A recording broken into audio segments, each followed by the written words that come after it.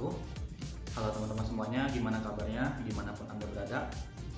Saya berharap kita semua dalam keadaan sehat walafiat dan diberikan rahmat serta hidayah dari Tuhan Yang Maha Esa.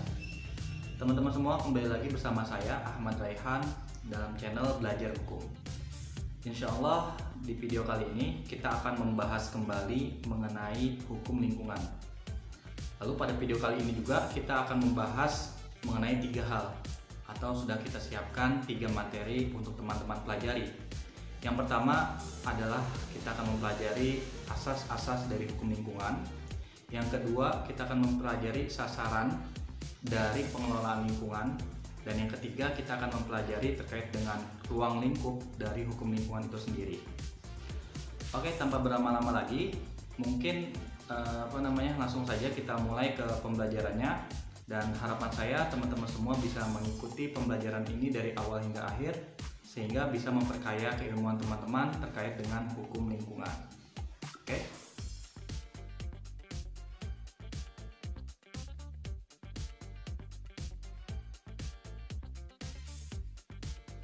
Baik, kita masuk ke materi pertama, yaitu terkait dengan asas-asas pengelolaan lingkungan hidup. Nah, di sini sudah ada beberapa asas pengelolaan lingkungan hidup. Di antaranya adalah pertama, asas tanggung jawab negara. Yang kedua ada asas kelestarian dan juga keberlanjutan. Yang ketiga ada asas keserasian dan juga keseimbangan. Yang keempat ada asas keterpaduan. Yang kelima ada asas manfaat. Yang keenam ada asas kehati-hatian. Yang ketujuh ada asas keadilan. Yang kedelapan ada asas ekoregion. Yang ke-9 ada asas keanekaragaman hayati.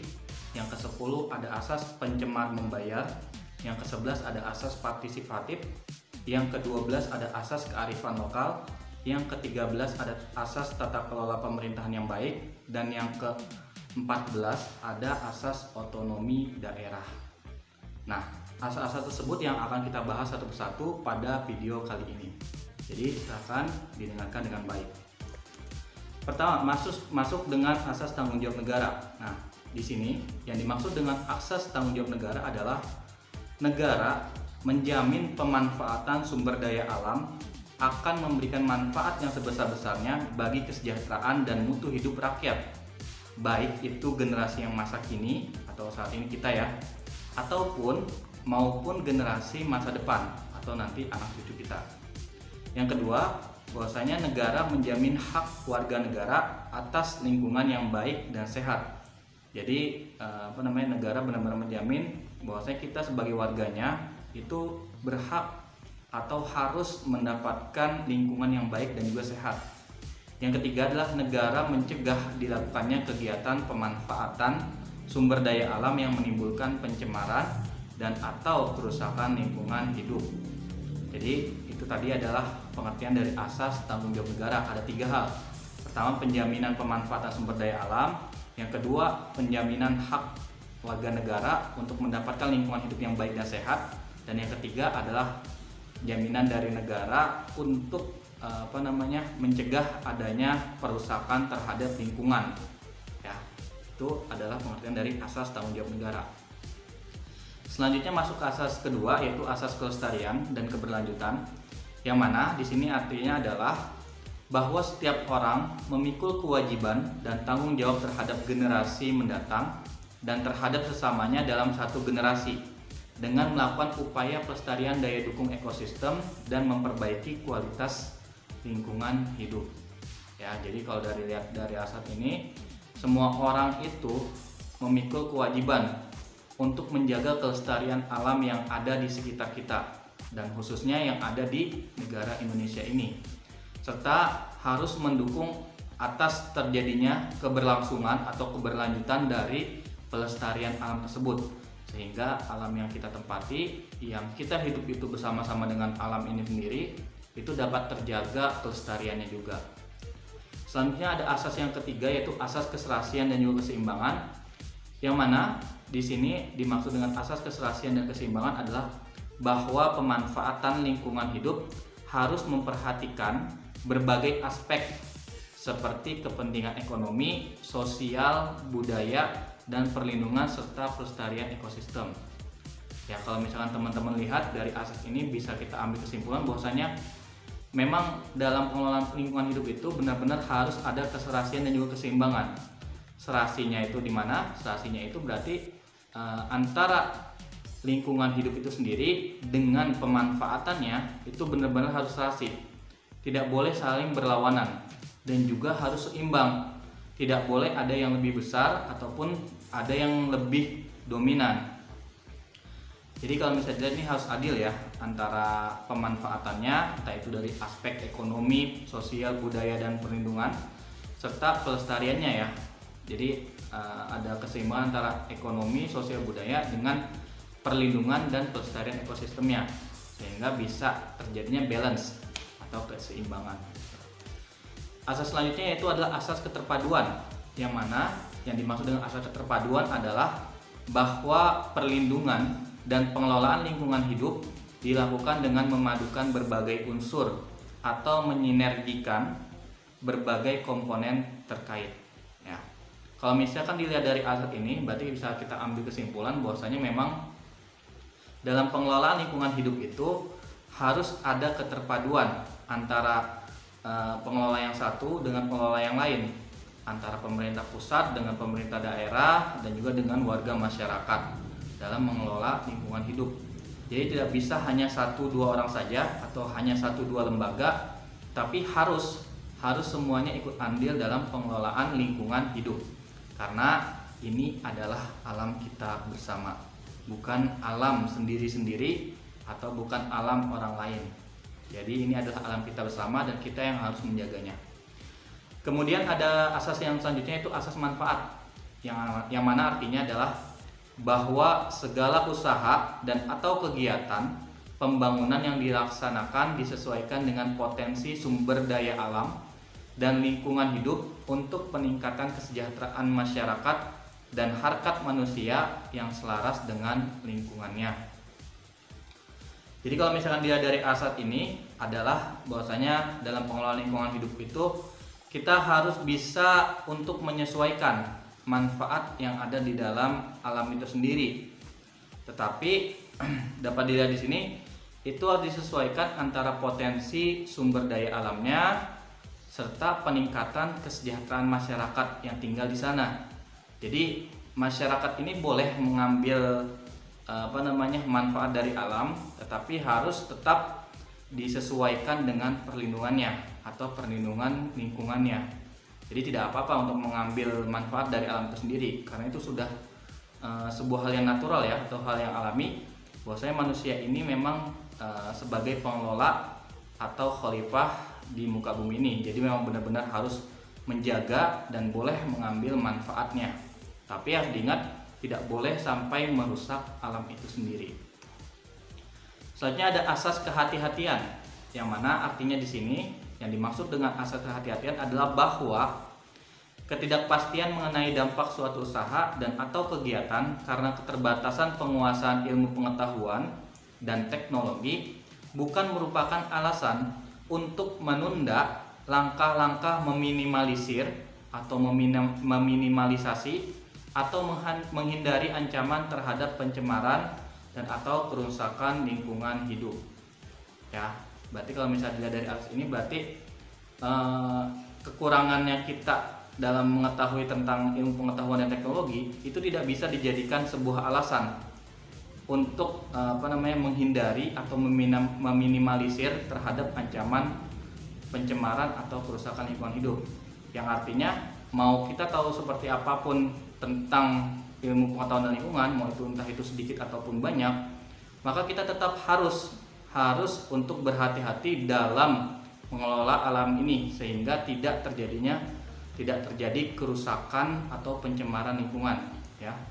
Jadi kalau misalkan ada yang bilang dengan teknologi seperti ini tidak merusak lingkungan, maka tetap harus hati-hati dalam mengelola alam tersebut. Nah, itu adalah asas kehati-hatian. Selanjutnya masuk ke asas keadilan, yang mana bahwa perlindungan dan pengelolaan lingkungan hidup harus mencerminkan keadilan secara proporsional bagi setiap warga negara, baik lintas daerah, lintas generasi maupun lintas gender. Gender ini seperti kelamin ya, laki-laki ataupun perempuan. Jadi kalau misalkan dia dari asas ini mensyaratkan bahwasanya memang harus ada keadilan yang proporsional, yang seimbang untuk semua orang dalam rangka mengelola lingkungan hidup. Baik itu dia warga negara manapun, generasi apapun, generasi milenial, generasi Z, generasi baby boomer, ataupun juga lintas gender, pria ataupun wanita. Itu semuanya harus adil dalam pengelolaan lingkungan hidup. Begitu juga kalau misalkan terjadi yang namanya pencemaran, maka harus ada keadilan juga dalam pelaksanaan pidananya ataupun penuntutannya terhadap pencemaran tersebut. Yang artinya dia harus benar-benar bertanggung jawab, tidak peduli siapapun dia itu. Selanjutnya ada asas ekoregion, yang mana artinya adalah bahwa perlindungan dan pengelolaan lingkungan hidup harus memperhatikan karakteristik sumber daya alam, ekosistem, kondisi geografis, budaya masyarakat setempat, dan juga kearifan lokal.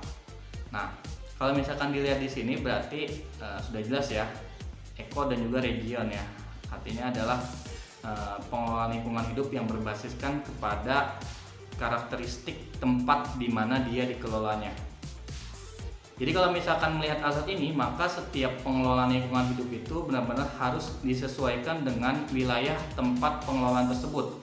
Kalau misalkan wilayah tempat pengelolaan tersebut adalah di gunung atau pegunungan, maka harus disesuaikan dengan pengelolaan lingkungan hidup yang ada di pegunungan. Kalau misalkan wilayah pengelolaan lingkungan hidupnya itu ada misalkan di daerah wilayah adat seperti Baduy, maka harus disesuaikan dengan wilayah adat tersebut atau kearifan lokal yang ada di situ. Jadi asas ini atau asas ekoregion itu mensyaratkan bahwasanya dalam pengelolaan lingkungan hidup itu harus disesuaikan dengan tempatnya atau regionnya ya, wilayahnya.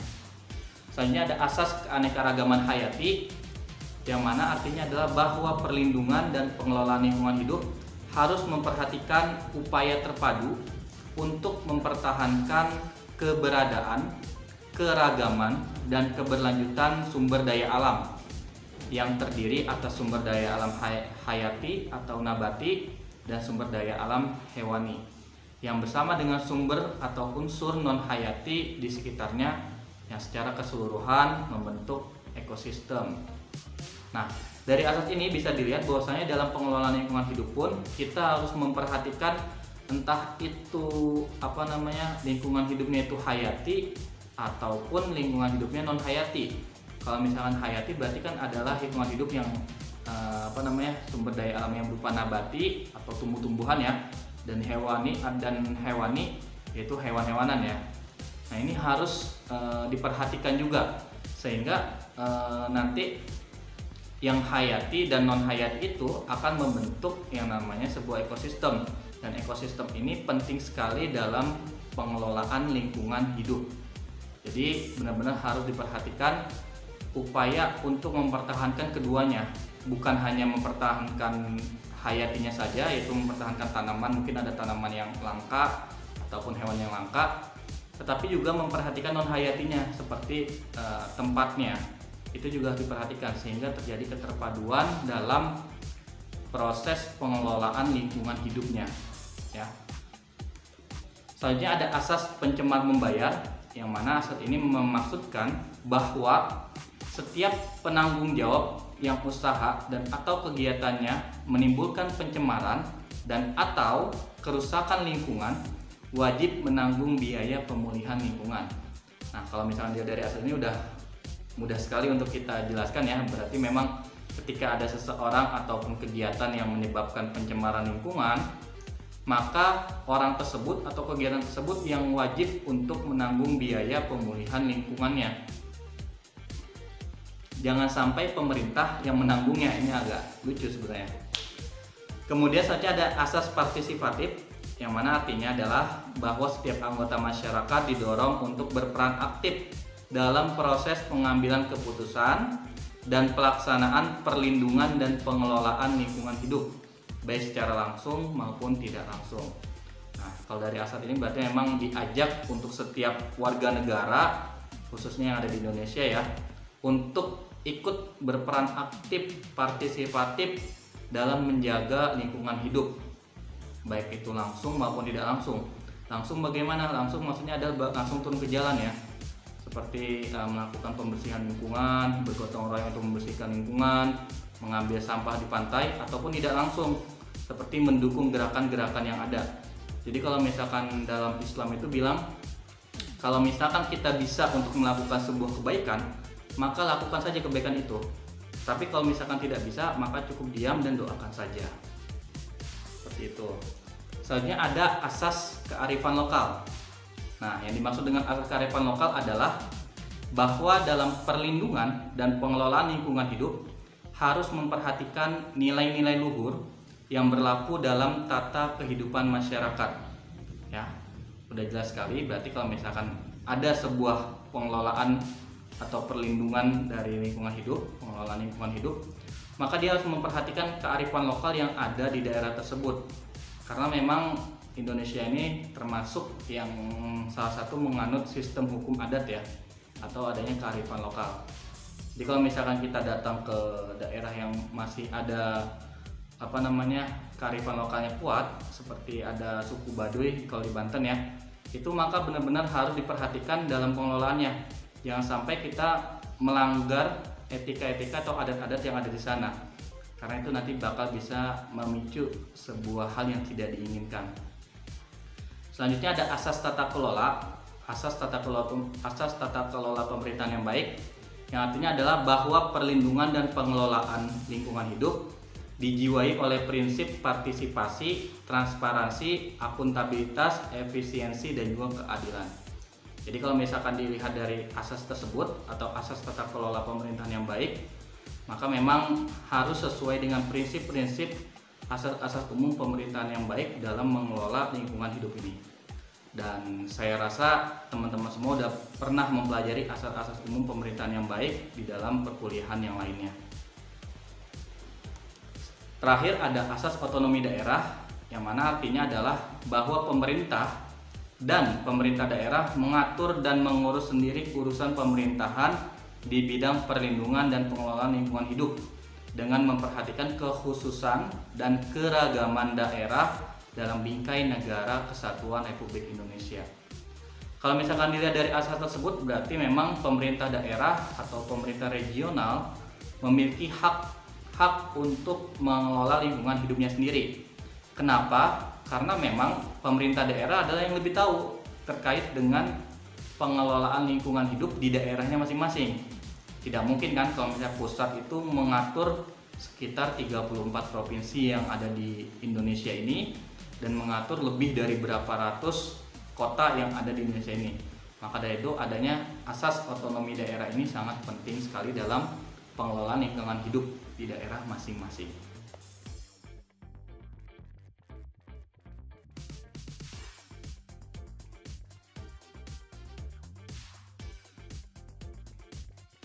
Baiklah teman-teman semua, masuk ke materi selanjutnya yaitu sasaran pengelolaan lingkungan hidup. Nah, di sini ada 6 sasaran pengelolaan lingkungan hidup. Yang pertama adalah sasarannya nilai atau prinsip keserasian lingkungan. Ya. Yang kedua ada nilai atau prinsip pelindung dan pembinaan lingkungan. Yang ketiga, nilai atau prinsip pembangunan berkelanjutan, sustainable development. Yang keempat, ada nilai keberlanjutan fungsi lingkungan. Yang kelima ada nilai atau prinsip pemanfaatan yang bijaksana atas sumber daya lingkungan. Dan yang keenam atau yang terakhir adalah nilai atau prinsip perlindungan eksternal NKRI dari dampak aktivitas di luar wilayah negara Republik Indonesia. Nah, 6 sasaran tersebut yang harus ada atau harus dimiliki dalam seperti tujuan dalam pengelolaan lingkungan hidup ini.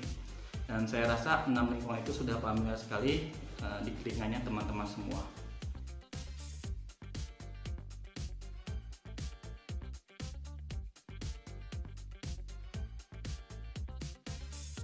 Baiklah teman-teman semua, lanjut ke materi ketiga, yaitu terkait ruang lingkup dari hukum lingkungan tersebut.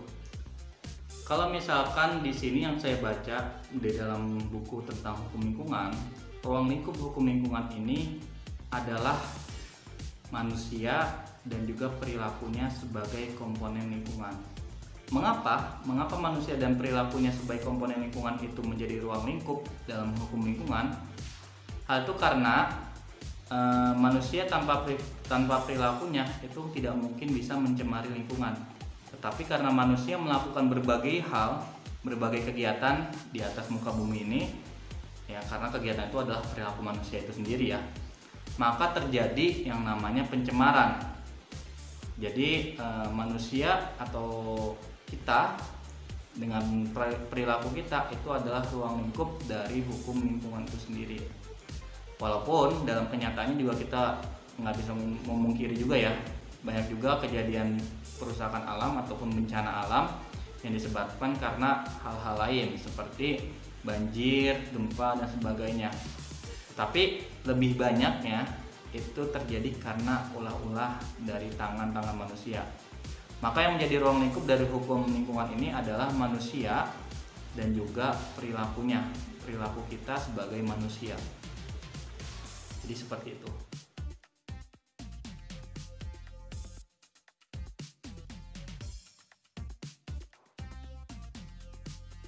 Baiklah teman-teman semua, saya rasa tadi sudah cukup kita bahas panjang lebar terkait dengan asas-asas dari hukum lingkungan. Kemudian juga ada kita bahas tentang 6 sasaran pengelolaan lingkungan. Dan yang ketiga tadi kita sudah bahas mengenai ruang lingkup dari hukum lingkungan. Saya berharap teman-teman semua di sini merupakan pejuang-pejuang pembela lingkungan yang ada di Indonesia. Jadi dengan adanya materi tadi yang saya sampaikan itu bisa menambah wawasan atau menambah kekayaan keilmuan teman-teman semua dalam bidang hukum lingkungan ini. Dan saya harap juga teman-teman semua bisa untuk benar-benar menjaga lingkungan kita. Mulai aja dari yang kecil dulu, mulai dari lingkungan di sekitar kita. Kalau misalkan kita bisa mengajak orang lain itu bagus, tapi kalau misalkan nggak bisa, maka kita coba dari diri kita sendiri dulu. Jadi itu aja mungkin teman-teman semua. Nanti kita akan bertemu lagi di dalam video-video selanjutnya terkait hukum lingkungan. Jangan lupa untuk like, comment, and subscribe di channel YouTube ini sehingga semakin banyak orang yang bisa mendapatkan manfaatnya. Kurang lebihnya mohon maaf kalau misalnya ada salah-salah kata ataupun penjelasan. Wabillahi taufiq wal hidayah. Wassalamualaikum warahmatullahi wabarakatuh.